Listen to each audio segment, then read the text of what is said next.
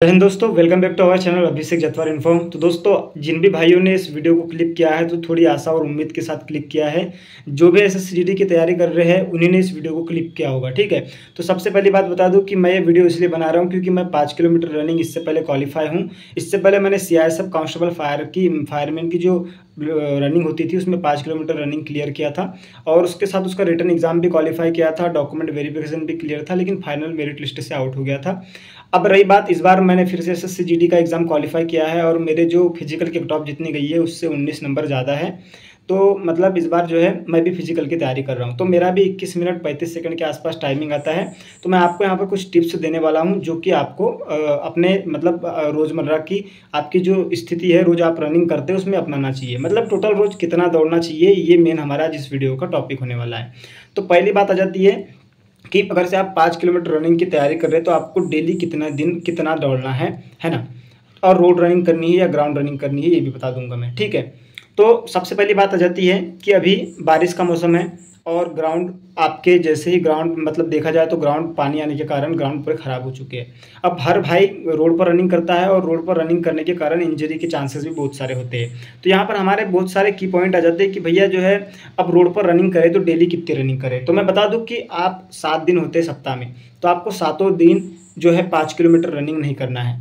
7 दिन में से जो एक संडे जो आपका होता है उसको आप रेस्ट के लिए निकाल लीजिए। उस दिन आपको रनिंग करना ही नहीं है, बिल्कुल नहीं करना है। अब बच गए आपके पास 6 दिन, तो 6 दिन में से आपको कैसा जो है आपका रनिंग करना है। तो मैं बता दूं कि आपको आपका 2 दिन तो टाइमिंग मिलाना ही मिलाना है 5 किलोमीटर का अपने एक सप्ताह में। तो अब मैं बता दे रहा हूँ 6 दिन की फुल स्ट्रेटेजी बता दे रहा हूँ। आपको मंडे को जो है क्या करना है, नॉर्मली 3 किलोमीटर रनिंग करना है, ठीक है। और उसके बाद मतलब सोमवार को 3 किलोमीटर रनिंग करना है, मंगलवार को भी 3 किलोमीटर रनिंग करना है, बुधवार को आपको सीधा 5 किलोमीटर रनिंग करना है और टाइमिंग मिला लेना है आपका, ठीक है।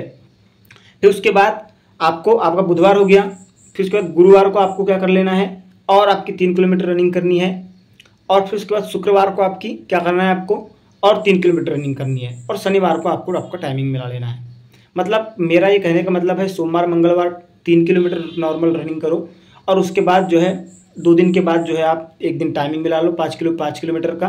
उसके बाद और 2 दिन जो है नॉर्मल रनिंग करो और फिर टाइमिंग मिला लो 5 किलोमीटर का, ठीक है।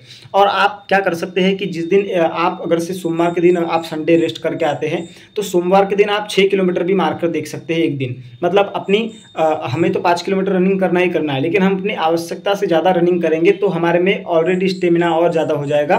क्योंकि कभी अगर से हम वहाँ पर जा के थक भी गए तो हमारी ऑलरेडी 6 किलोमीटर की भी तैयारी रहेगी, तो हमें 5 किलोमीटर मारने में आसानी होगी। मतलब कहने का ये मतलब है कि सोमवार को आप 6 किलोमीटर मार लो, मंगलवार को 3 किलोमीटर मार लो, फिर बुधवार को 5 किलोमीटर का टाइमिंग मिला लो, फिर गुरुवार शुक्रवार और 3-3 किलोमीटर और फिर शनिवार को 5 किलोमीटर का टाइमिंग मिला लो। और संडे भैया गवर्नमेंट छुट्टी रहना चाहिए आपकी भी, है ना। तो ये टिप्स है थोड़ी सी, मैं आपको इसीलिए टिप्स दे रहा था कि ताकि मैंने भी इसी स्ट्रेटेजी के अनुसार जो है क्वालिफाई किया था।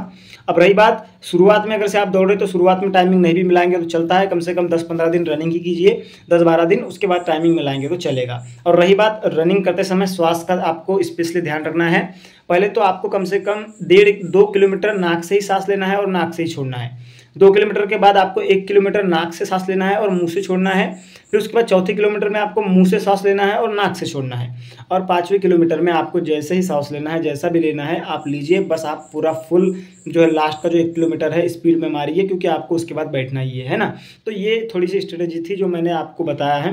तो अगर से पसंद आई हो तो चैनल को सब्सक्राइब कर देना, क्योंकि जल्दी 10,000 सब्सक्राइबर पूरे हो रहे हैं और आपका भी आशीर्वाद से मैं चाहता हूँ कि आपका भी सिलेक्शन हो जाए और आपकी दुआ मुझको भी लगे और मेरा भी सिलेक्शन हो जाए, ठीक है। जय हिंद, जय भारत।